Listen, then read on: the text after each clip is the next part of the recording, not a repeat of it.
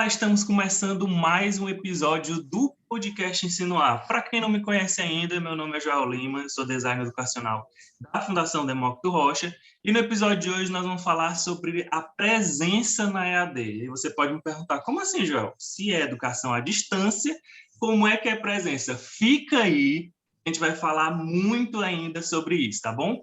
E para conversar aqui com a gente, sempre ela presente aqui com a gente, presente, professora Viviane Pereira. Obrigado, professora. Joia, obrigada mais uma vez. Para mim é um prazer imenso estar batendo um papo com os convidados que vêm para o podcast Insinuar, especialmente com você, né, que está sempre fazendo essa mediação. Obrigada. Vamos ter uma boa professora. conversa. E para conversar aqui com a gente trouxe a Iracy Schmidlin. Não sei se eu acertei agora, viu? O sobrenome dela. Esse sobrenome chique, a gente sempre tem uma colinha aqui para a gente estar pescando aqui. Mas eu acertei, Iracy, dessa vez? Acertou, Joia. Schmidlin. É isso mesmo. Oi, Iracy. A gente tem um costume aqui, que eu já ia falar para você, já te interrompendo, nem começou, já comecei a te interromper. Mas a gente tem o costume aqui que o próprio convidado se apresente, certo? Aí eu vou pedir aqui para você se apresentar. Quem é a Iracy? Ok. Bom dia, né? É um prazer estar aqui com vocês aqui nesse podcast, né? Uma alegria compartilhar aqui nesse papo. Meu nome é Iracy Schmidlin, como o Joel falou, eu sou professora, né, sou formada em publicidade, mas tenho, né, estudos, né, mestrado nessa área de educação e sobretudo, voltado para a EAD. Sou professora no IFCE e integrante da diretoria de educação à distância lá hoje, que é centro de referência, né, integrante já desde que eu entrei na instituição, já tem mais de 10 anos.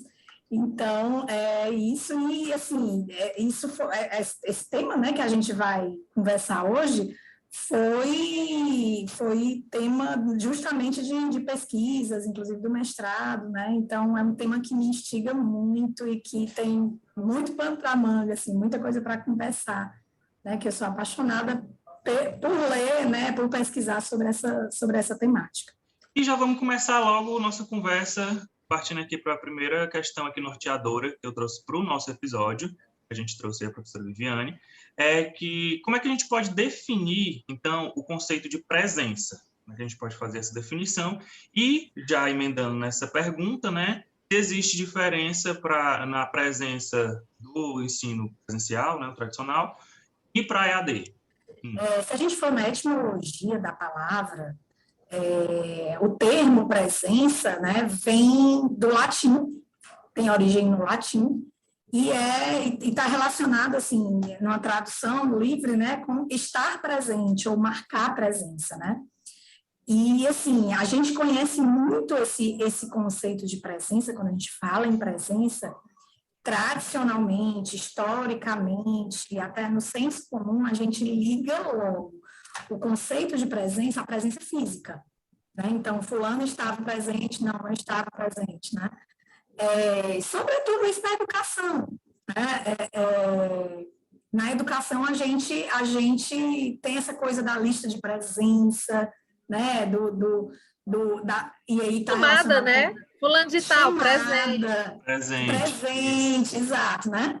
Fulano estava presente, a frequência, né, está relacionada com essa questão da presença. Então, tradicionalmente, principalmente, esse conceito mais imediato é o da presença física, né? O corpo presente ali. Só que, assim, o que nem todo mundo sabe ou atenta, né, é que não existe só um tipo de presença. Então, quando a gente fala do conceito, né, da definição de presença, ela não está ligada só à dimensão física, mas também à dimensão psicológica e subjetiva daquela pessoa, né, do indivíduo, a sua experiência de percepção, a sensação. Então, vai muito além da presença física, do corpo, né? Então, em outras palavras, a pessoa ela pode estar presente sem se sentir presente. Ou pode ter a sensação de presença sem estar fisicamente presente naquele local. Vive a experiência de estar presente em um lugar, né? Então, assim, eu estou me lembrando, eu gosto de dar um exemplo, assim, extremo, que envolve tecnologia também, mas não educação, nessa questão da presença, de um simulador que tem, que eu tive a oportunidade, né, numa viagem, de entrar num simulador que era uma montanha-russa dos Simpsons. Não sei se algum de vocês tiveram já essa oportunidade.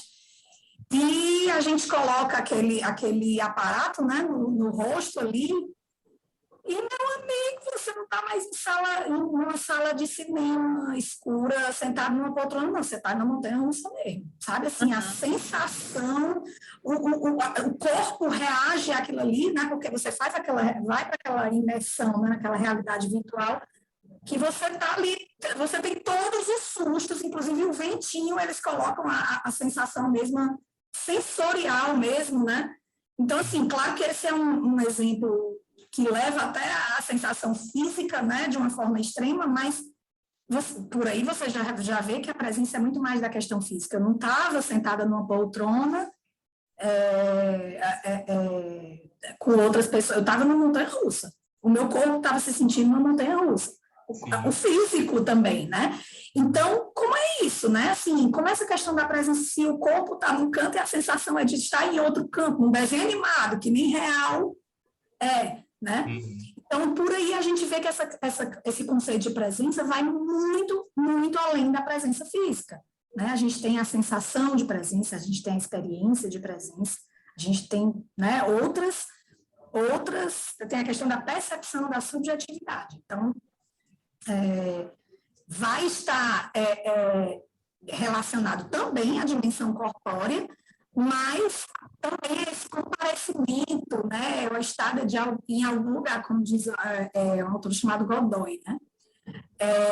Nessa conceituação, pessoal, também existe já existe, assim, tão complexo é o termo, né? A gente vinha até conversando um pouco antes nos bastidores sobre isso, né? Tão complexo é o termo que existe a Sociedade Internacional de Pesquisa sobre Presença, que a sigla é ISPR, né? International Society of Presence Research. Eita, o inglês enrolou aqui. E eles se dedicam, né, a essa pesquisa e assim, conceituação dessas várias formas de presença, inclusive nessa interdisciplinaridade, né, de pensamentos, de áreas mesmo, temáticas, né, porque envolve educação, envolve psicologia, envolve realmente a questão física, né, então, sociologia, né, porque existe a presença social também, então, são muitas formas de presença, né, então, basicamente, se a gente for falar dessa conceituação, a gente gira em torno, né, dessas esferas aí. Interessante. Iraci, eu sei que o que eu vou falar agora acaba puxando um pouquinho para outra questão que o João colocou, né? Se é a diferença entre o presencial e o EAD, né? E assim, eu te ouvindo, a história da presença física, de você estar ali e não estar, e aí eu fiz uma pequena viagem, né? Eu, enquanto aluna presencial, né? E enquanto professora também, porque uma das coisas que a gente... Logo quando eu entrei na faculdade, quando eu já estava saindo, eu estava entrando no mestrado, na verdade, onde eu já estava fazendo as pesquisas em educação à distância, o bate-papo, e se discutia não esse conceito que você trouxe, né, a questão da presença, a gente não falava isso foi no começo dos anos 2000, né, não tinha esse conceito, pelo menos naquele momento a gente não discutia essa história da presença. Ou então estava muito subjetivo, a gente não verbalizava, né? Estava tudo no intuitivo ainda, essa é a verdade. E se questionava isso, né? Porque o presencial era justamente a sensação do presente, do estar ali, né? E o bate-papo, que era a minha fonte de pesquisa, digamos assim, era como se fosse virtual, e isso não me garantia a presença do aluno, a presença física, que é exatamente o que você está dizendo, né? Eu lembro que, inclusive, uma professora me perguntou como é que eu vou garantir que aquele aluno é ele que está digitando, porque na época não tinha vídeo, não tinha câmera, era só o texto, né? Então, como é que eu garanto que aquele aluno que está digitando é o meu aluno, né? E aí, eu lembrei que teve uma situação de que um aluno, um colega meu, na verdade, para poder justificar a professora, e aí eu não vou trazer o que eu respondi, mas só o exemplo, de que um colega meu foi entregar um trabalho presencialmente, só que não foi ele que fez. Ele só mudou a capa, mas ele estava lá presente, olhando no olho do professor, entregando o trabalho, né? E isso caracteriza de que foi ele que escreveu, porque ele está olhando dentro do olho, entregando aquele papel físico, mas não quer dizer nada, né? Não quer dizer que foi ele que fez. E aí eu levei isso para a discussão. Então, assim, só para jogar esse exemplo e a gente poder fazer essa comparação ou não, né? Se há essa diferença dessa presença que a gente está falando, se o virtual muda para o presencial, se são semelhantes, são as mesmas coisas. Eu tenho uma teoria aqui, né? Eu vou te escutar para depois a gente aprofundar um pouco sobre isso. Perfeito, assim, os dois cenários, né? E assim, até trazendo mesmo, porque aí você ainda tem a questão da atividade, né? Da interação, no teu exemplo. Então, o aluno no chat, ele está ali digitando, então ele está realizando, né? Assim, ele está ativo, né? Seja ele ou não, mas tem alguém ativamente fazendo alguma coisa ali, né? Digitando e colocando, interagindo de alguma forma, né? E o trabalho em si também envolve uma atividade, né? Assim, ainda que, enfim, não possa não ter sido ele, mas tem a entrega de uma atividade ali. E parece muito assim, quando eu tento também problematizar isso, né? Quando a gente pensa na sala de aula presencial, né? Que tem ali o aluno, você está olhando no olho dele, ele está sentado ali, mas o pensamento dele está em outro canto, está só o corpo presente Dubai, ali, né? Dubai. Isso, estou colocando coisa rica.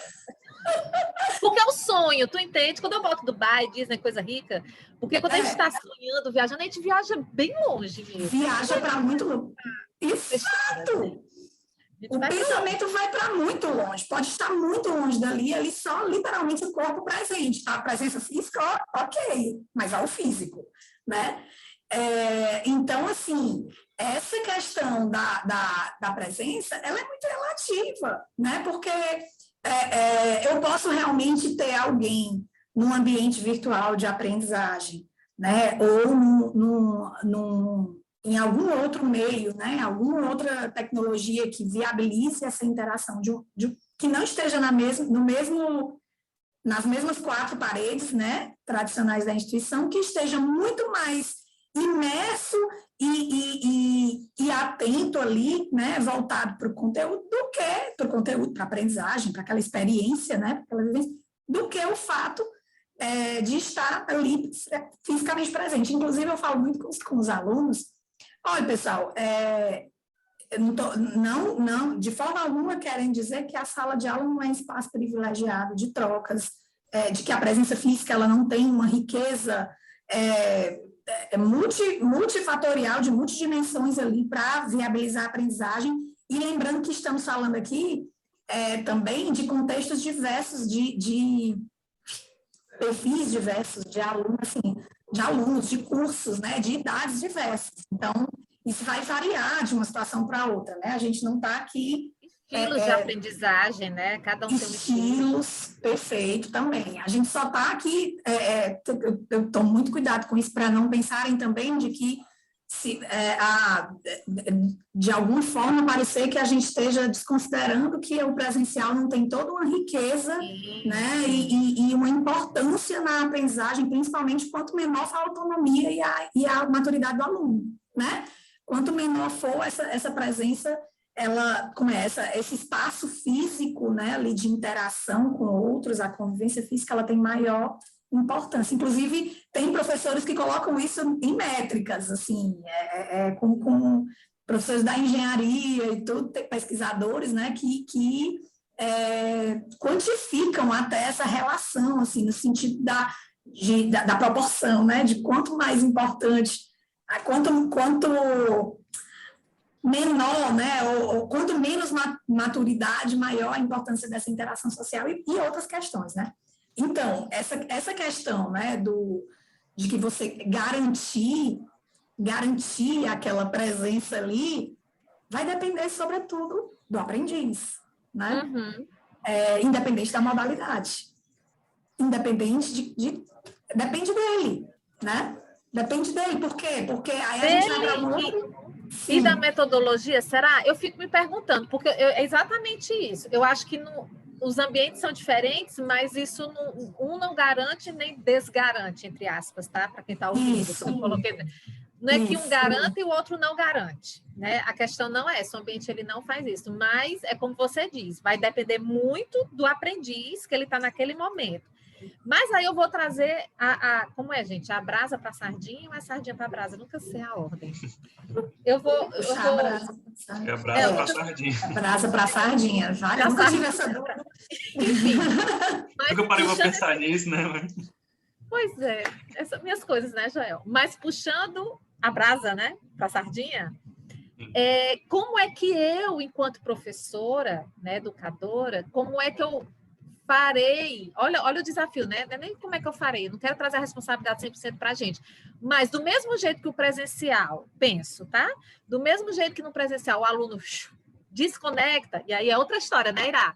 Conecta, desconecta, a história da desconecta. Ai, gente, é uma discussão imensa essa história do desconecta e do conecta. Como é que ele, no presencial, desconecta, né? O que foi que aconteceu para ele desconectar do que está sendo dito na aula, do que está sendo discutido, né? Aí eu trago muito para a metodologia. Poxa, como é que eu faço para esse aluno, mesmo presencial, se conectar? Ou vice-versa, né? Assim, quando está à distância, quais são as metodologias, quais são como é que eu posso dizer? As motivações, os estímulos para que esse aluno se sinta motivado a participar da aula. Participar, né? Participar não fisicamente, lá com a câmera ligada e ele olhando, e aquele óculos escuro, sei lá, enfim, as coisas que os alunos fazem. Né? Participar no sentido de participação, de estar ali interagindo. Aquela coisa linda, né? Que a gente sonha quando é professor. Quando eu digo que depende do aluno, é porque assim, o aluno, ele, enquanto aquela informação não é processada, ela é só uma informação, né? Ela só vai virar conhecimento quando ele processa. Então, é nesse sentido, assim, internamente vai depender... Eu vou abrir um parênteses. Desculpa que eu estou te atrapalhando, mas isso aí que tu falaste é fundamental. Que a gente escuta muitas pessoas dizendo, é porque eu vou... a escola passa conhecimento. Não passa conhecimento não. Passa a informação que o aluno transforma em conhecimento a partir das experiências, vivências, maturidades e por aí vai. Então, assim, coração, porque eu já falei isso uns 4 episódios. Você já chamou atenção para isso algumas vezes aqui. Já é aluno aplicado, porque eu falo muito isso. Digo, gente, a gente não transmite. Eu nem quero colocar transmite, porque não se fala mesmo transmitir conhecimento, se fala mais isso. Transmitir, né? Mas transmitir é a informação. O que a gente faz enquanto professor, a aula, ela apresenta, ela explora informações, né? Media informações e o aluno, sim, vai transformar aquilo em conhecimento. Desculpe, Iracema, porque eu achei fantástica a observação. Não, estamos falando a mesma língua aqui, falando juntos. Então, assim, é isso mesmo. Então, assim, nesse sentido que eu digo que depende do aluno, é claro que essa informação ela pode vir empacotada, as aspas aqui de novo, ela pode vir empacotada, ela pode ser trabalhada, ela pode ser posta de várias formas, mas não adianta o melhor dos recursos tecnológicos, a melhor estrutura tecnológica, não adianta a melhor das metodologias, o professor, se o aluno não, de alguma forma, não processar aquela informação ali, né? Pode falar. Estou atrapalhando. Não, e assim, eu te escutando, não adianta a melhor metodologia, nem que não adianta, não é o caso, né? mega metodologia, eu até brincava dizendo que quando surgiram as lousas digitais, que a célula pulava no colo do aluno. Isso não quer dizer muita coisa se não souber trabalhar com aquilo, né? Mas eu lembrei também, a gente falou há pouco tempo atrás, que também tem muito estilo. Então, eu posso trazer uma metodologia mega, assim, uma 3Dzão, assim, sabe? E o aluno ser totalmente leitor. Entende? Não, eu quero um texto. Eu vou aprender melhor esse conteúdo se eu ler um textão, assim, que não é meu caso. Ou então, não, eu prefiro ouvir. Não estou entendendo nada, esse negócio me deu foi uma tontura, esse 3D, eu prefiro só escutar a informação. Então, assim, depende também disso, né? Ai, gente. Depende. E tem outro fator dentre vários, que, assim, a gente precisa lembrar o patamar, sei lá, o momento que a humanidade chegou com relação ao consumo de informações, né?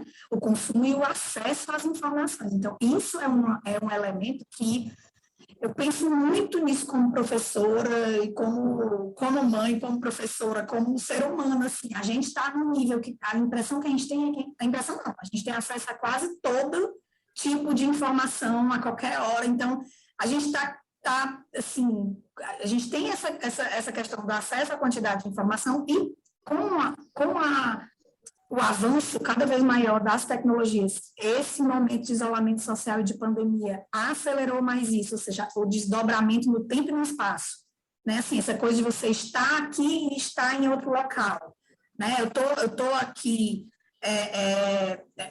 basta uma ligação no celular, isso já existia antes, né? Uma ligação no celular, eu já estou num estado pervasivo ali de 2 lugares, no lugar físico e no lugar onde a pessoa está, eu já estou relativizando essa presença, né? Esse espaço, né? Então, o homem contemporâneo, o homem, a mulher, né? Enfim, o ser humano, a humanidade hoje, ela está cada vez mais configurada a estar em várias abas, em várias janelas, em vários temas, ele está desdobrado, ele está em vários locais, ele está, né, assim, repartido, digamos assim. Então... Adoro. Quem é nosso ouvinte não entendeu nossa risada, é porque a professora Viviane tem uma mania, um costume de que metodologia. Uma mania. Que conversa. Que quando ela quer falar alguma coisa, quer fazer alguma pergunta, ela levanta o dedo. Quem está ouvindo o áudio não consegue, né? Tá isso. E aí eu peguei o gancho dela. Pode falar quando eu levanto o dedo, acho fantástico. Aí eu peguei o gancho dela, levantei o dedo e a Iraci já riu, porque já identificou. Já. Assim, já que eu já te interrompi, e eu acho que vai ser difícil continuar aí no que tu já estava falando, os parênteses que a gente já viu, eu queria falar exatamente no que tu estava falando, agora, antes de eu te interromper, e o que eu estou percebendo, o conceito de presença, ele está muito ligado também ao conceito de atenção. Falar isso é muito reducionista ou é isso mesmo? Por quê? Porque quando você fala, não, quando a pessoa recebe uma ligação, ela já está em 2 lugares ao mesmo tempo. Eu fui além. Quando o aluno está com o celular dele, ele recebe uma notificação, ele já está em 3, 4, 5, 6 lugares ao mesmo tempo. Então, isso que eu queria te perguntar. Eu já vi aí teu sinal aí de positivo que tem a ver. Mas como tu explorar isso com essa relação, né, da presença com a atenção? Como a gente estava falando lá no começo, né? O conceito de presença, ele é sensorial. Então, assim, não basta o corpo estar ali, se o meu olhar, o meu ouvido, a minha atenção sensorial também e cognitiva, né? Para processar. Isso, né? Para processar, não estiver ali. Então, então, quando a gente fala dessa questão da atenção paralela, né? Eu sou publicitária, e um fenômeno que a gente tem hoje é o consumo paralelo das mídias. Eu estou assistindo TV e eu estou no celular também. Eu tô assistindo TV e folheando, às vezes, uma revista que, assim, fazendo várias coisas, porque o ser humano está nesse frenesi, né, de estar em vários locais consumindo muita coisa, uma gula mesmo, né, pela informação, Claro que isso não é 100% todo o tempo, gente, mas quem nunca, né? Quem nunca que não está ouvindo rádio e aí para no sinal e aí vê outra coisa, pega aquilo. Então, a gente já tem isso independente da tecnologia. E a tecnologia facilitou demais isso. A conexão, né, que eu quero dizer. Não a tecnologia, que a tecnologia ela vai além do digital, além da conexão. Mas a conexão, ela ampliou isso a um nível... Então, as pessoas vão para a academia ouvindo o podcast. Vão fazer uma corrida ouvindo... Já é uma atenção paralela, porque a gente já vai fazendo... tem alguém lavando a louça assistindo um filme ou ouvindo alguma coisa, né? Então, isso cada vez mais é presente, né? Então, trazendo para a educação, porque aqui a gente está falando de consumo de mídia, a gente está falando de entretenimento e também de educação. E a gente traz isso para a educação também, né? É porque ontem a Iraci me mandou uns áudios, eu fiquei louca com os áudios que ela mandou. Ela disse, meu Deus, você já gravou o podcast sem mim, sem o Joel, e agora? Ela fez um podcast sozinha ontem. E ela colocou uma coisa ontem, Iraci, tu deve lembrar, que é a história da alimentação. Às vezes você está com medo e nem está prestando atenção no que está comendo, porque a cabeça está em outro canto, ou então, meus filhos, eu vou confessar, é tanto que eu tento, a Léa, a mais velha, nem tanto, mas o mais novo, o de 11, faz isso demais. Ontem mesmo eu disse, meu filho, dá para comer? E aí ele me obedeceu. Eu acho que foi depois que eu ouvi o teu podcast, Valirá. Depois que eu ouvi o teu áudio, eu disse, Rafa, dá para... o podcast anterior. Porque ficou um podcast. Dá para você comer sem o celular? Porque ele fica comendo e vendo o celular, que é as coisas lá do TikTok, os vídeos de YouTube. E ele obedeceu, ele é bem obedientezinho, o bichinho. E aí ele deixou de lado, mas é exatamente isso que ela fala. Você está aqui com medo e o olho está aqui, ó, e com medo. E ela me falou no áudio que a pessoa nem depois lembra se comeu. Né? Porque ele está desconectado. Né? Vou trazer sempre essa história do conectado, desconectado. Então, a comida é uma coisa automática, né? O consumo de informação também fica muito automático. Gente, é um desafio muito grande para esse novo século. Assim, enorme, né? Enorme. A gente tem que se educar e educar os outros a saber consumir essa conectividade tão exacerbada, assim, esse nível de conexão que a gente, de conectividade, né? Que a gente chegou, quando eu digo conectividade, no sentido mesmo do aparato, né? Do dispositivo. E assim, os especialistas, assim, profissionais das mais diversas áreas estão atentos a isso, né? Você falou da nutrição, os nutricionistas, eles identificaram que distúrbios alimentares relacionados a isso, a pessoa não se lembra que comeu, fica com fome logo depois, que aí é a questão da atenção plena, né? E da pessoa estar ali realmente voltada para o que ela está vivendo e resgatar, inclusive a noção de corpo, né? Assim, a corporeidade mesmo físico, onde eu estou, né? Se desconectou, tu não sei mais, não observo mais nem onde eu estou. Então, a gente acaba indo para um nível, assim, bem, como é que eu digo, até transcendental, né? No assunto, assim, da presença e da atenção. Mas isso, a gente está falando aqui de educação, mas isso se espalha, como a gente vê, por exemplo, né? A questão dos pais e dos filhos dentro de casa, sem perceber que estão, né? Em casa, porque cada um está envolvido ali e não tem tempo de convivência, mas porque está cada um num universo diferente que não se cruza, né? Então, a questão da frequência, da presença dentro de casa também, enfim, de várias formas. Isso que você está falando. A gente começou a falar em presença em sala de aula, agora a gente está vendo que tem a questão até da presença em casa. Em casa, total. E a gente está ficando, e quando eu digo a gente, é uma coisa muito geral, assim, as mentes aceleradas. Então, para processar, assim, é um consumo é um acesso tão fácil à informação, é um consumo tão acelerado de dados de informação, que as mentes estão aceleradas, e aí um simples livro ou algo que não tenha um apelo de movimento audiovisual assim, tão grande, deixa de ser interessante. Já pelo consumo mesmo. Então, é como uma criança que come tanto doce que na hora dela comer o brócolis, ela não sente tanto gosto. Então, aquele conteúdo, aquele algo ali que às vezes é algo... Então, assim, às vezes a gente tem que tomar cuidado para também não querer fazer do conteúdo um mega espetáculo, pensando no recurso que tem disponível e até viciar, né, o aprendiz, dependendo do contexto da idade, né, aquela aprendizagem acelerada, cheia de recursos, quando, na verdade, o simples, o menos é mais, muitas vezes. Então, às vezes está tão ligado na metodologia estapafúrdia, no circo, na coisa, que o essencial não chega, não é processado. Isso é tão sério que tu está dizendo. Porque a gente meio que corre, né? A gente meio que faz essa corrida, viu? E assim, né? Eu acho que faz, todos nós. Né, Joel? A gente está sempre preocupado em dar vários recursos para o aluno, para ele ter todas as possibilidades, pensando nos estilos de aprendizagem, etc, etc, etc. Mas é interessante isso que ela está dizendo, né?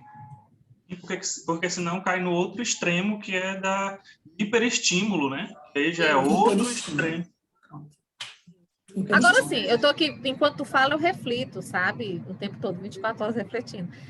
Mas, assim, no nosso caso aqui da UANI, né, que a gente trabalha com jovens e adultos, eu imagino, claro, tudo no campo da imaginação, né? A gente tem que aprofundar, mergulhar mais na história. Que quando eu ofereço muitos recursos para esse público, né? E, claro, a gente tem cursos muito de extensão, curso técnico, então ele é muito focado, né? Ele não é uma coisa assim que a de conta, né? Ele é muito assim, focado, estruturado. Eu imagino que quando a gente oferece muitos recursos e a gente está trabalhando com jovens e adultos, ele tem essa autonomia para escolher aquilo que ele quer consumir. Pensando aqui, né? O mundo maravilhoso, né? Era assim.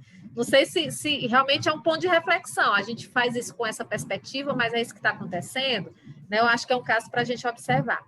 E aí, quando você estava falando, eu lembrei de um vídeo que eu assisti, vou até atrás desse vídeo de novo, eu acho que ele se perdeu pelo caminho, que é um vídeo que ensina as pessoas a desconectar, que elas estão tão conectadas, e ele ensina a desconectar. É bem interessante esse vídeo, depois eu vou até procurar.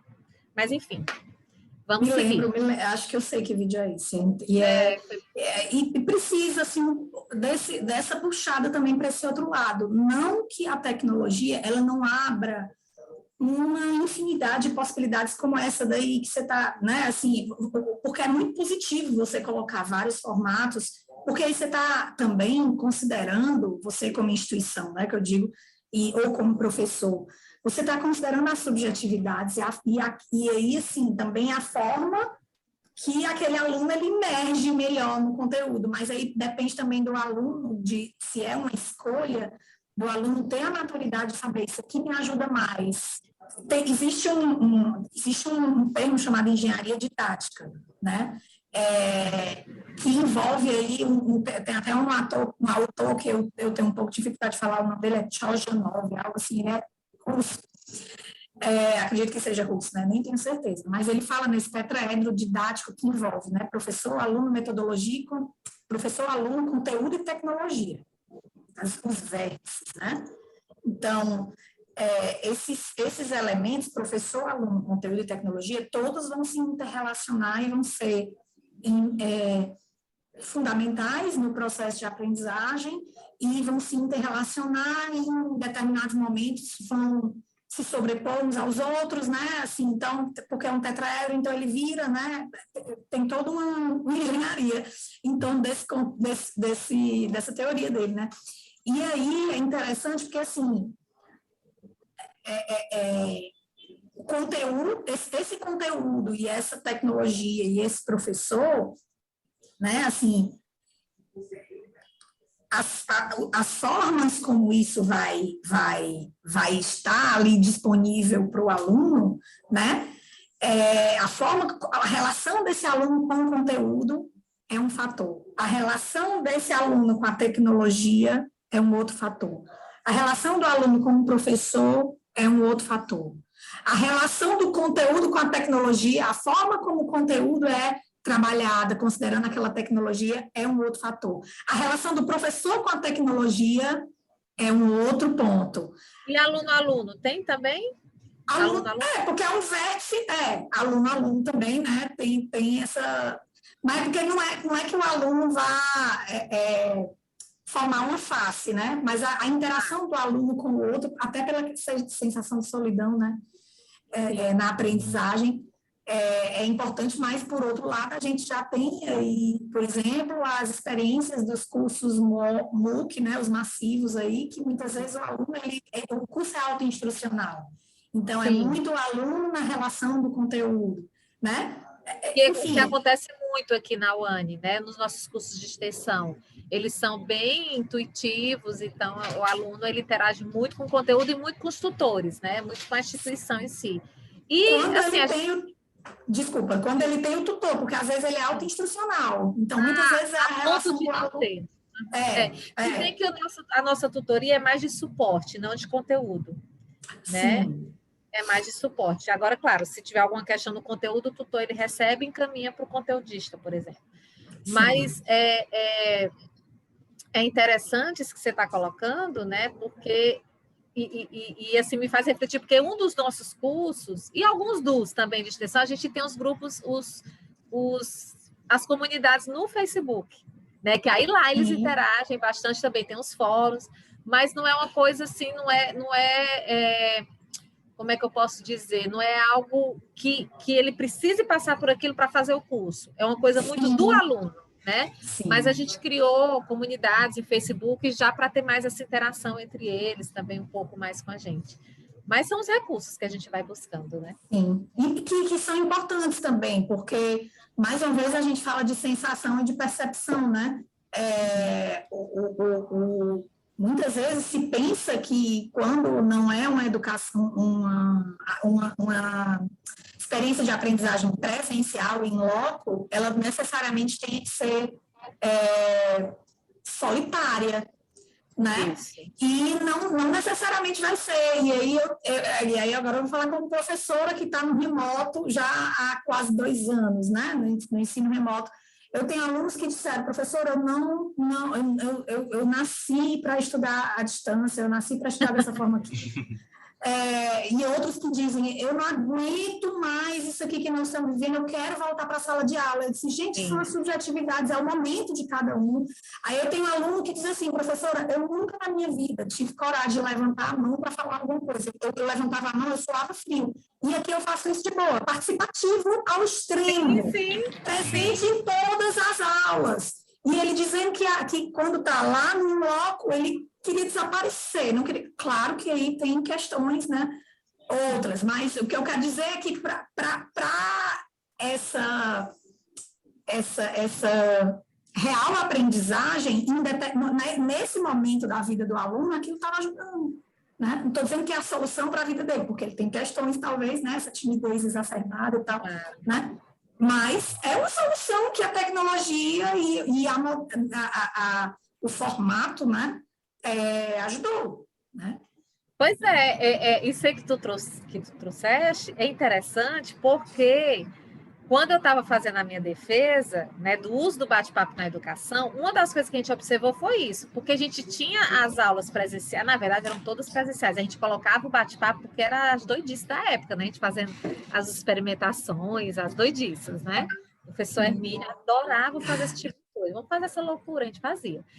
E era muito interessante porque, assim, as aulas eram presenciais lá na faculdade e uma aula ou outra, discussão de um texto, a gente ia para salas de bate-papo. E era tão interessante, entre aspas, não, entre aspas não, interessante mesmo, porque eles iam para a faculdade, para o laboratório, estavam todos presentes fisicamente, mas no computador.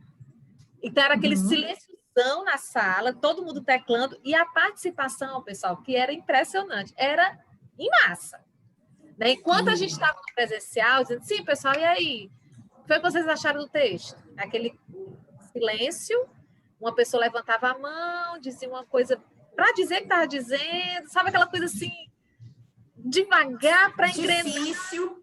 E o professor puxando, e eu também me metendo, na época eu era monitora, para ver se agitava. Quando a gente ia para a sala de bate-papo, menina, a barra de rolagem não parava, os alunos escrevendo, uma loucura acontecendo. Então, assim, é interessante, né?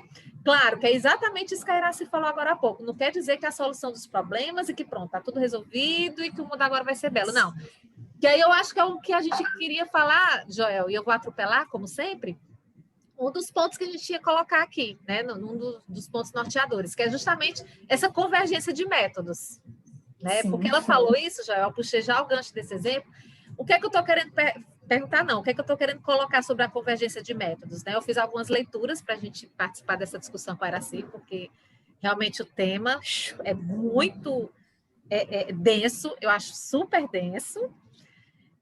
A gente está falando de presença, mas se a gente esticar aqui a questão da conectividade, que a Aracy já falou, isso aqui dá muita coisa para falar, mas das leituras que eu fiz, eu via que os textos falavam muito disso, da questão da convergência de métodos. O que é isso?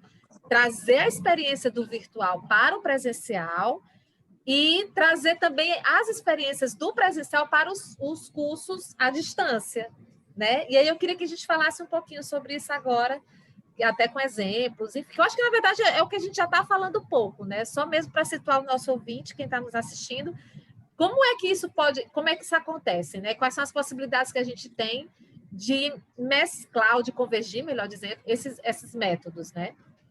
Perfeito.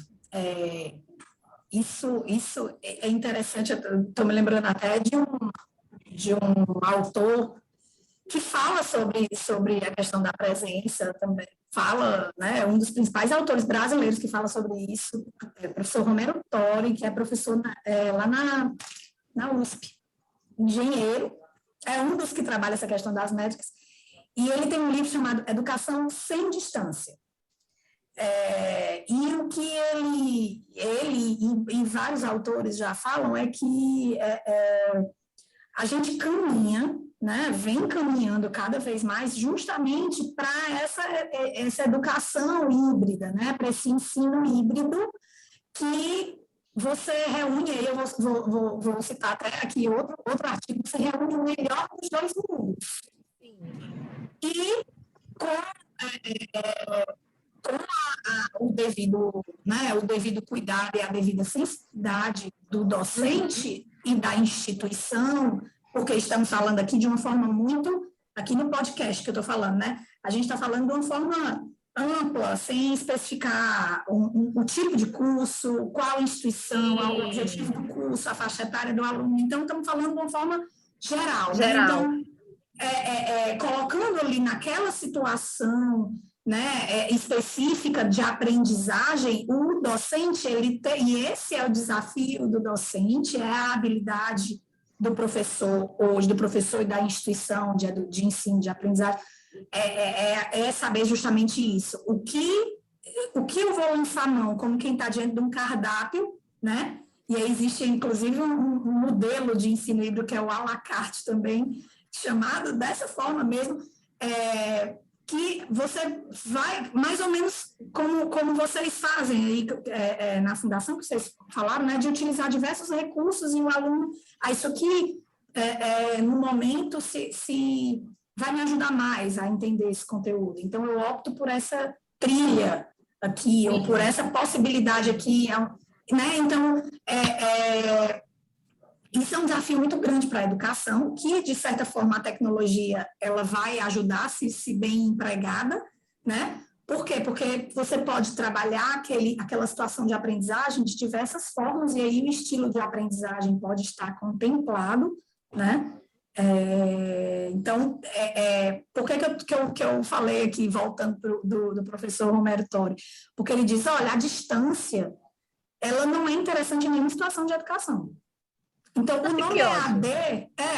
nome EAD, ele nem gosta, por ele nem chama, porque ninguém quer distância na educação. Afinal, nós não estamos falando na EAD de distância física, mas as outras distâncias, elas são menores, elas são relativizadas, estamos presentes, né? Estamos conectados, estamos conversando, temos um material didático, temos um conteúdo em comum. Então, essa distância é só física, então não faz sentido eu reduzir a ideia de EAD porque eu estou distante fisicamente, nós não queremos distância, né? Então, em resumo, né, queremos educação sem distância, né? E aí, justamente, essa questão, nós estamos caminhando, né, e aí não é só o professor Romero Tori que diz, mas, de forma geral, a gente percebe até intuitivamente isso, estamos caminhando para esse híbrido que junta o melhor desses dois mundos, do presencial e do à distância, né? Mulher, eu sei que eu te interrompo demais. Não, mas assim, porque eu estou com um texto, né, que cita muito Montessori, e é de 2002. Né? Então, essa discussão que você está falando iniciou lá no início dos anos 2000. Sim. Além de ter 20 anos já essa conversa, o fato do que a gente viveu, eu digo viveu, gente, porque eu já quero usar o verbo no passado, é um exercício particular. Né? Eu não quero muito dizer estamos vivendo, embora antes de começar o podcast, a própria professora Iraci disse que o marido está dando aula remota, talvez ela tenha mais tarde aula remota, ou seja, o remoto ainda existe, né? Mas só para ilustrar o quanto isso, se a gente há 20 anos já falava disso, imagina isso agora. Como o melhor dos mundos podem se juntar, né, Iraci? Sim, sim. E assim, existem, né, a própria teoria essa teoria do híbrido, né? Ela tem modelos diversos e propostas metodológicas diversas, que aí seria realmente um dia inteiro para a gente falar sobre isso, né? Mas tem esses modelos como eu falei, né? O à la carte, o rotacional, enfim, várias possibilidades, né, em que você trabalha essa questão de estar presente a sala de aula invertida, as metodologias ativas, né? Estar presente naquele momento em que a presença física ela realmente vai potencializar a experiência de aprendizagem, né, considerando a especificidade do conteúdo, considerando a especificidade do curso, do aluno, sempre lembrando, né, dessas variáveis. Então, utilizar o momento presencial aproveitá-lo na melhor, né, assim, potencializar realmente aquele momento ali, né? E utilizar os momentos assíncronos ou à distância, né, para aqueles momentos que também o aluno ele vai emergir mais ali naquele momento de aprendizagem, naquele conteúdo, naquela experiência, ele com ele mesmo, que é ali, né? Então, aí vão ter, né, várias formas de se trabalhar isso, inclusive, assim, trabalhando mais ou menos a porcentagem da carga horária, né? Tem autores que dizem, nós vamos deixar de falar que esse curso é presencial ou à distância. Não, os cursos eles vão ser híbridos. Né? Sim, sim. Com essa mescla aí da carga horária a mais ou a menos, o tempo, né, presencial e à distância, mas isso vai se esmaecer. Essa fronteira, ela vai começar a ficar uma coisa, né, assim, e isso, né, são as previsões não tão distantes, acredito que já acontecendo de certa forma, né? Então, eu li isso aí num dos textos, sabe?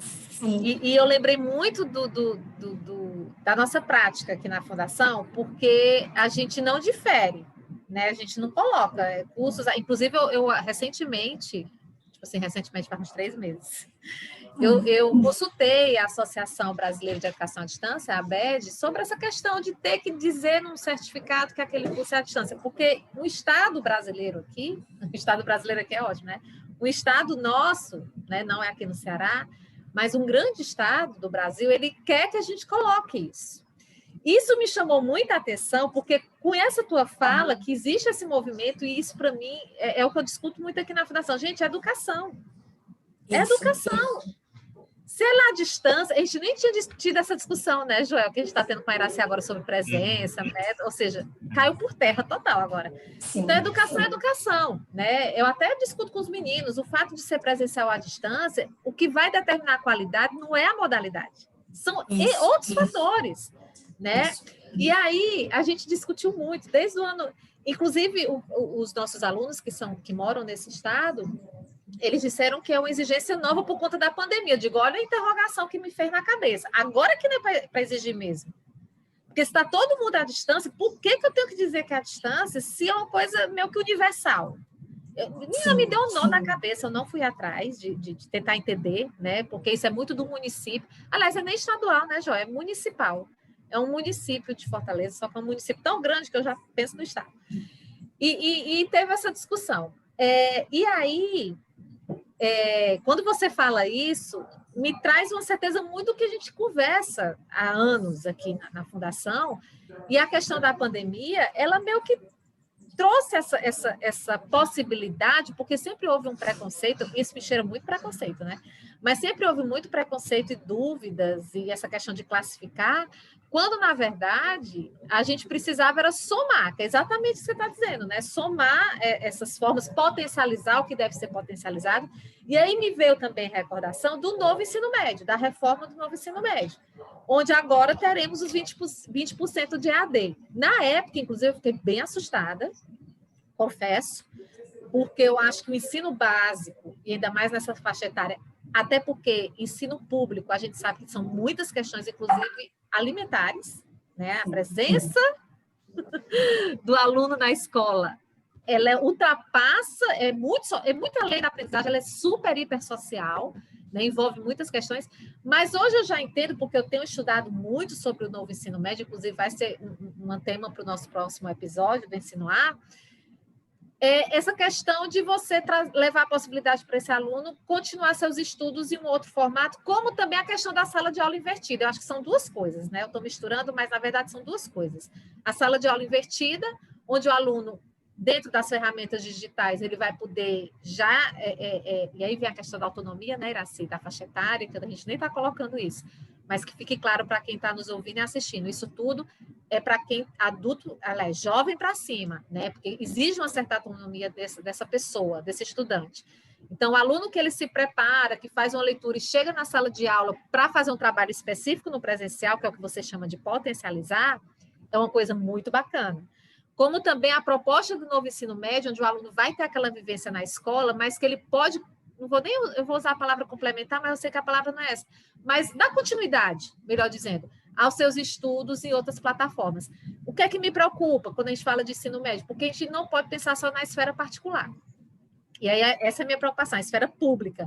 Eu tenho um celular para acessar esse conteúdo, eu tenho uma conexão, então o Estado, né, o governo, ele precisa estar atenado nisso, né? E, inclusive, a reforma é linda. Se você for ler, é uma proposta muito bacana.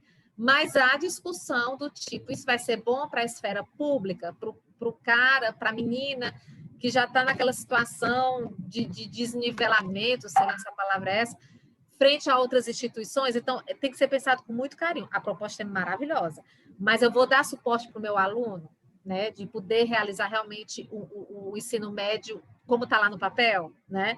São as questões que as secretarias da educação e o Ministério precisa pensar, né? E eu espero que estejam pensando. Mas eu falo muito, gente, desculpa, Joel, já foi falar. Eu queria já encaminhar o nosso podcast para o final, mas antes disso, a gente não tem muito tempo, mas eu queria que pelo menos vocês citassem algumas práticas, algumas metodologias que vocês admiram enquanto educadoras, só para vocês entenderem o que eu estou falando. A gente já falou muito dessa complexidade da presença, do que pode se fazer, quais são as atribuições do professor, mas, por exemplo, eu admiro muito, e aí trazendo para a prática, para o nosso ouvinte sair daqui com umas pinceladas aqui do que ele pode fazer no dia a dia dele, eu gosto muito de algumas práticas, por exemplo, em sala de aula, enfim, uma sala de aula virtual, considerar muito os conhecimentos prévios dos alunos. E aí eu faço isso, uma forma que eu faço é usar uma plataforma que eu uso muito, que é a Mentimeter, que ela dá a possibilidade de fazer um brainstorm, ou seja, você lança um questionamento inicial, ou pelo menos um tema inicial, e pergunta para os alunos, e aí, o que você acha disso? Resume aí uma palavra, uma frase. O que você sabe sobre isso? Aí começa a surgir umas palavras, né, chaves aí, lembrando aí lá do Paulo Freire também, de uma pincelada, começam a surgir palavras-chave que a gente parte da discussão, parte do trabalho do conteúdo a partir daqueles temas. Eu faço muito isso no nosso treinamento ou conversas aqui com a equipe da UANI. E isso funciona muito. Isso, querendo ou não, dá uma ideia de pertencimento e leva o aluno a ter uma presença. Outra coisa que eu gosto muito de fazer é, enquanto eu estou falando, eu fazer intervenções de perguntas, porque tira o aluno desse sentimento de passividade. E aí é o que a gente falou, que se ele está escutando aqui um discurso, a mente dele viaja. Recebeu a notificação, bum, a mente dele viaja. E a gente tem essa falsa sensação de que a gente está prestando atenção em tudo ao mesmo tempo, que a gente dá conta de tudo ao mesmo tempo, que, na verdade, a gente acaba não dando conta de nada. E aí eu gosto de fazer essas perguntas para que, sei lá, desperte a atenção do aluno e ele comece a, como é que eu posso dizer, a digerir essas informações, a processar tudo isso, para gerar uma resposta, para gerar uma reflexão. A gente, provavelmente, principalmente no remoto, às vezes pode cair naquela ideia, naquela prática clássica que está acontecendo, e você está aqui falando no remoto, faz uma pergunta e ninguém quer responder. Aí você pode direcionar, enfim, eu acho que interagir com o aluno. Seja uma pergunta ou comentário, cita o nome de uma pessoa. Eu vejo muitos humoristas, quando eles vão fazer discurso, stand-up, essas coisas, que eles ficam mexendo com alguém da plateia e isso gera muita atenção. Eu gosto de pincelar na galera que está fora da educação para pegar exemplo, entendeu? Uma outra coisa que eu acho legal, projetos.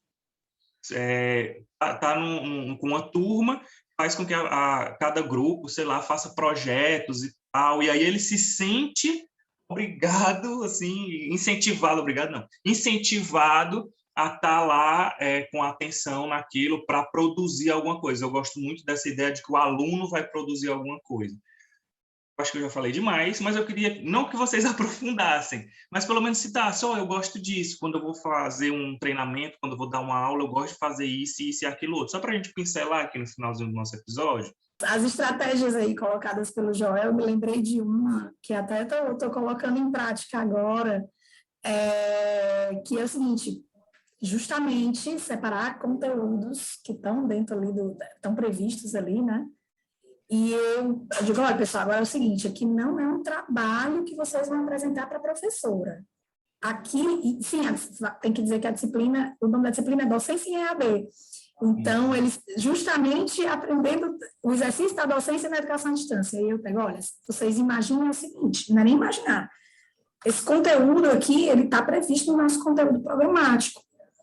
Mas vocês vão formar equipes e vão preparar a aula do conteúdo, justamente para o exercício da docência. Então, vocês não vão apresentar um trabalho para a professora, vocês vão exercitar, né, essa docência em EAD a partir dos colegas de vocês. E lembrem que a qualidade, claro que eu vou pontuando, né, nas apresentações, e aí a gente faz uma retomada depois, né, que eles ministram a aula, mas eles pensam na atividade voltada ali para aquele conteúdo, né, envolvendo os colegas ali, às vezes síncrona, né, uma atividade síncrona ali, em que eles, enfim, dependendo da temática que eles tenham, né, pegado. E aí eu separo os textos, sugiro os textos, e cada equipe trabalha ali aqueles conteúdos para poder, realmente, a gente tem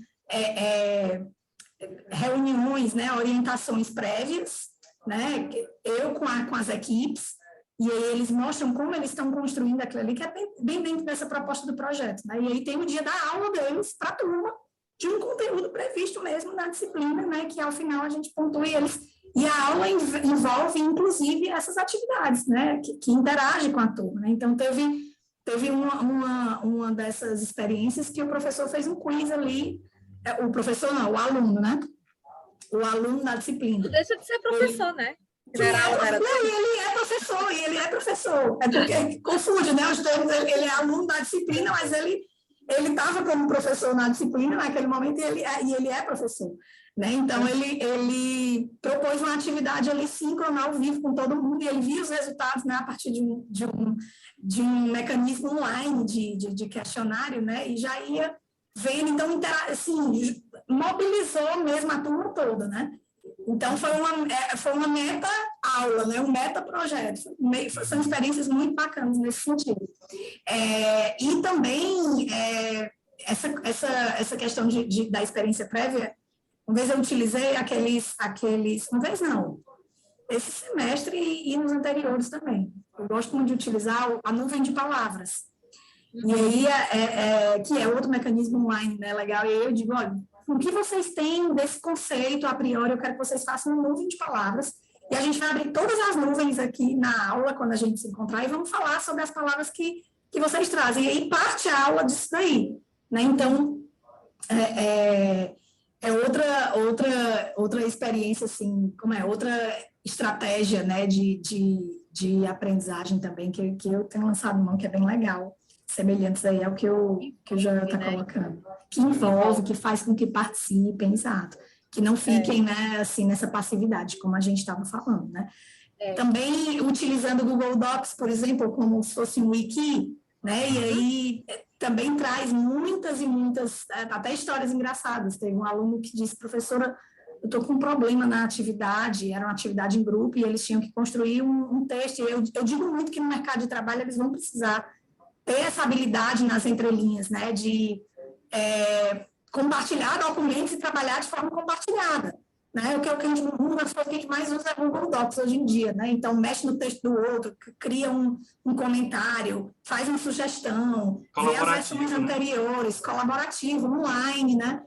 E aí eu dizendo, olha, vocês têm que exercitar o uso disso.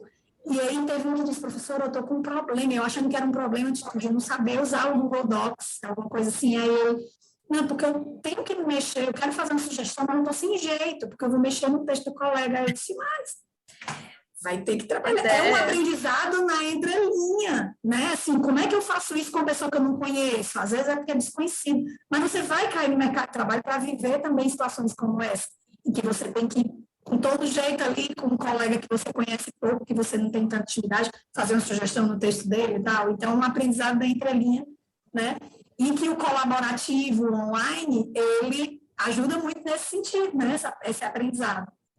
De você dar sugestões no trabalho do outro, de trabalhar em equipe, com um determinado prazo e tudo, né? Então, eu também gosto muito de fazer esse link, sabe? Assim, com as reais necessidades do dia a dia, dentro, né, da disciplina. Né? O currículo oculto, que chama, né? Aliás, entrelinhas, o que a gente aprende também, além do conteúdo em si, né? Exato. Professora Viviane, quer citar alguns? Pois é, eu estou com medo até de fugir aí da sua provocação, mas eu vou dar um exemplo, é até um pouco parecido com o que a Iraci falou, só que como ela falou de uma situação onde percorre, cada um faz de uma forma, mas eu lembrei de uma situação que, assim, a gente meio que, né, não vou lembrar agora o ano, mas eu lembro que quando eu estava escrevendo a tese de doutorado, e na pesquisa, como era metodologias para utilizar o bate-papo, a gente levava para o bate-papo muitas situações presenciais, por exemplo, discutir na cantina ou no pátio um trabalho de grupo, que isso acontecia muito na faculdade, as alunas, de manhã tinha aula, de tarde vamos se encontrar para a gente fazer um trabalho de grupo, tudo a gente levava para a sala de bate-papo, então tinha as salas para aqueles grupos, os grupos eram formados, e os alunos planejavam na sala de bate-papo, como era que ia ser o bate-papo, entendam. Vamos supor que tinham 6 grupos, tinham 6 temas, cada tema ia ser discutido no bate-papo. Então, se nós 3 aqui formássemos um grupo, nós 3 iríamos pegar o texto que ia ser discutido, a gente ia ler, a gente ia pensar nas questões norteadoras, e naquele dia, dentro do calendário escolar, na disciplina, o bate-papo da aula seria mediado por nós 3. Então, assim, realmente o professor e os tutores das disciplinas, eles eram super coadjuvantes. Hermínio, né, Iraci? Super coadjuvantes. Os protagonistas sempre foram os alunos. Isso, assim, eu levo para a vida. E aí eles faziam isso, eles se reuniam no bate-papo, eles faziam bate-papo, eram os próprios alunos. Então, isso, sabe, Joel, foi uma experiência que a gente fez que, claro, era um dos pontos da metodologia de utilização do bate-papo no ensino, que envolvia demais, estresse, muitos. E ele adorava o nosso professor, ele amava quando o pessoal tudo caótico, arrancando os cabelos, que era sinal de que estava mexendo com o povo, e que eles iam sair da disciplina totalmente diferente de como eles entraram, que isso também leva para a vida. Né? Quando a gente vai fazer uma ementa e tudo, a gente coloca aquelas palavras bonitas, mas no fundo, a minha intenção maior é que o aluno saia diferente de como ele entrou. Pronto, se isso acontecer, eu já ganhei o dia, a disciplina, né? Então, esse exemplo assim, de envolver os alunos cada vez mais, isso que a Iraci falou é fantástico, né? Do colaborativo, de trazer muitas atividades onde eles têm que colocar a mão na massa. Né? E como fazer isso à distância? Recurso tem, inclusive, às vezes o recurso nem foi criado para isso, mas aí vem os nossos estudos e as pesquisas e o deleite mesmo em tantas metodologias, principalmente agora, gente, 2021, Iraci disse que está há quantos anos no IFCE? 10, 20? 10. 20 não. 11. Então, imagina o que era há 10 anos e o que é que a gente tem hoje. Então, assim, hoje a gente tem uma infinidade de possibilidades. Antes a gente falava muito em ambientes virtuais de aprendizagem. Eu gosto, né? Eu sou dessa geração dos ambientes virtuais, eu me sinto organizada, eu me sinto dentro da sala de aula. Mas hoje, mesmo que você não tenha os ambientes virtuais, existem infinidades de ferramentas onde você pode mesclar. Tem que ter mais habilidade. Talvez por isso que eu gosto muito, me sinto mais segura no ambiente virtual. Se você for pegar um Google Docs, um bate-papo não sei aonde, um fórum não sei das quantas, não sei o que não sei aonde, um Facebook, fazer um grupo, uma comunidade daquele tema. Você tem que ter muita habilidade para administrar tudo isso. Né? Quando você encontra tudo no ambiente só, fica mais fácil. Eu imagino que para o aluno também. E a gente não está aqui para dificultar, né? A gente está aqui para facilitar. De uma certa forma, a gente não quer que o aluno se perca, né? E, apesar de tudo, ainda é novo, por incrível que pareça. Porque, como o povo diz, mas trabalhar com bate-papo na educação deve ser uma moleza, todo mundo usa. Cara, aí é que está difícil. Porque o povo usa para marcar encontro, o povo usa para compartilhar vídeo e meme. Vai fazer isso com a educação. Né? Então, é bem desafiador. O desafio que a gente teve agora recentemente foi um curso no WhatsApp. Chegou essa proposta para a gente, eu digo, vamos fazer e ver como é que dá, e como é que faz, né? O que é que vai ser desse curso? Foi uma experiência interessante, mas a gente já viu outras possibilidades de mudança. Então, a gente só pode melhorar e crescer se a gente for usando e vendo onde estão as falhas e as potencialidades, como a Iracy falou. Isso mesmo. Então, a gente vai chegando ao fim do nosso episódio hoje. Eu queria agradecer a presença da professora Viviane, queria agradecer a presença da Iracy por ter aceitado o nosso convite aqui de participar desse episódio, né? Eu queria agradecer a sua presença aqui, ouvinte, por estar aqui com a gente, conversando também com a gente aí, com a sua presença, ouvindo. Enfim, eu queria agradecer e queria pedir que você compartilhasse esse link, divulgasse aí esse episódio para as pessoas que você acha que vão se interessar por esse tema. Então é isso, obrigado, professora Viviane, se você tem suas últimas palavras, últimos agradecimentos. Eu tenho muito a que agradecer a Iracy. Para quem não sabe, aliás, ninguém sabe, só sabe eu e o Joel, o quanto foi difícil marcar esse podcast. Faz muito tempo que a gente quer marcar esse podcast, mas não é só sua culpa, Irá. Também a gente tem muitas dificuldades aqui de arranjar uma agenda. A ideia era ter feito em outro formato, mas a gente continua por aqui pelo Zoom, né? Mas agradecer imensamente, porque ela arranjou essa brecha, a gente está aqui fazendo essa gravação e com promessas de outras. Né? Eu acho que tem muita coisa que ficou pendente na nossa conversa de hoje. Eu que agradeço, pessoal, assim, o convite e assim, o papo bom, que foi muito bom, assim, e a gente teve o antes também, né? Realmente quase que a gente não consegue, já tinha um tempo que a gente falava, né, em combinar e tudo, e sempre tinha alguma coisa, mas muito feliz que tenha dado certo e também, assim, dessas leituras, né, e de um papo tão bom aqui, tão leve, sobre esse assunto que é tão gostoso de falar.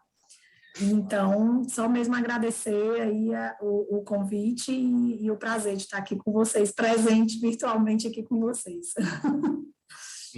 Então é isso, fique ligado no canal FDR, lá no YouTube e também em todas as plataformas digitais e acompanhe outros episódios aí do Ensino A. Bom, obrigado.